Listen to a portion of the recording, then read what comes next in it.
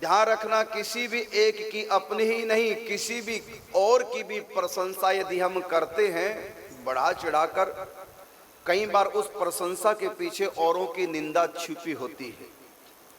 यदि कोई कह दे कि मेरे गुरु के समान कोई दूसरा नहीं है, अपनी तरफ से तो उसने गुरु निष्ठा जाहिर की है, लेकिन ये उससे सब संतों का अपमान हो गया।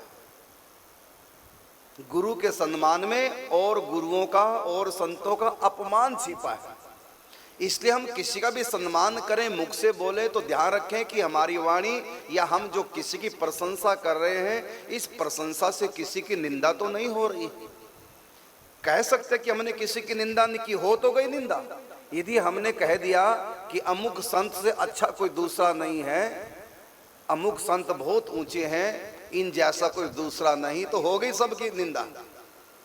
इसलिए हम कभी भी किसी से किसी की तुलना करें तो सावधान रहना चाहिए। और व्यक्ति अक्सर श्रद्धा से प्रेरित होकर के तुलना नहीं करता, बल्कि अहंकार से प्रेरित होकर के तुलना करता है, इससे अपराध बनता। यही बात भगवान ने अर्जुन से समझाई, अर्जुन मदवश कभी किसी से किसी की तुलना नहीं करनी चाहिए, अहंकार के तराजू पर कभी किसी को तोलना नहीं चाहिए, अपराध बनता है।